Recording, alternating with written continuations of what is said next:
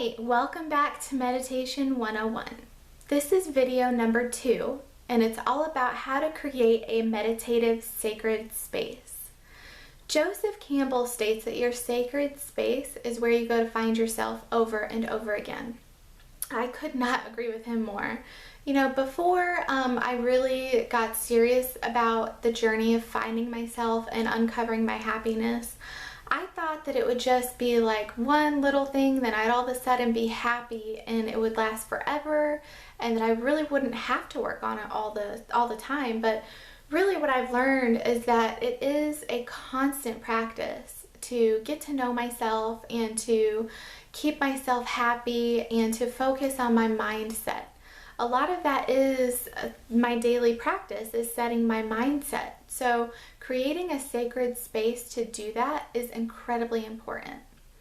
Right now what I do is I get up at 4:30 in the morning every morning, except for the weekends. I do sleep in on the weekends.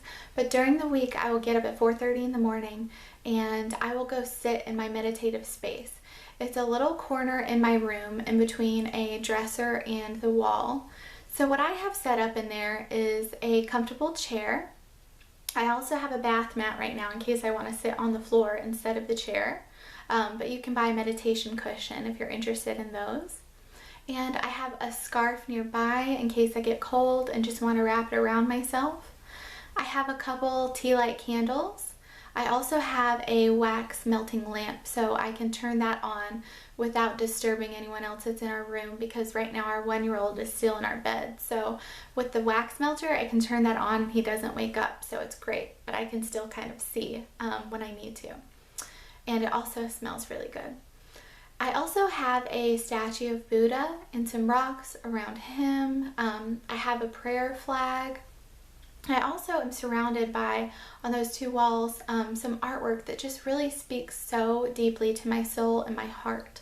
So I've really created a space that I love and that I feel comfortable in so that I can truly relax and rest and be calm in that space so that I can help to hear myself and see what, path I need to take next, because that's what really meditation can provide for you, is guidance and feedback and creativity and clarity. So the safer that you feel and the more connected that you feel, the easier it'll be for that feedback to come through to you. So you know what, maybe you like pink salt, the pink Himalayan lamps, the salt lamps, put one of those in there, Maybe you like the smell of essential oils, so you can diffuse some essential oils, or maybe some meditation room spray. And maybe you like candles too.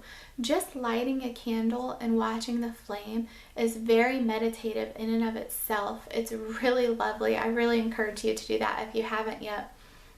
I also really like to just sit there and look at all of the stuff that I've put in there and just think about each and every one of them and just truly be grateful that I have them.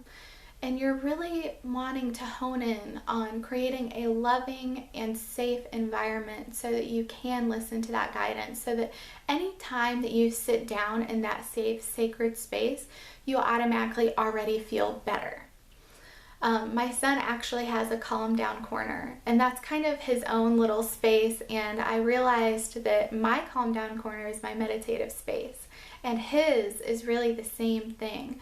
So if throughout your day you're kind of feeling like you need to have a quick little mental break, just go sit down in your space and breathe a couple of times. Even just that alone will help you.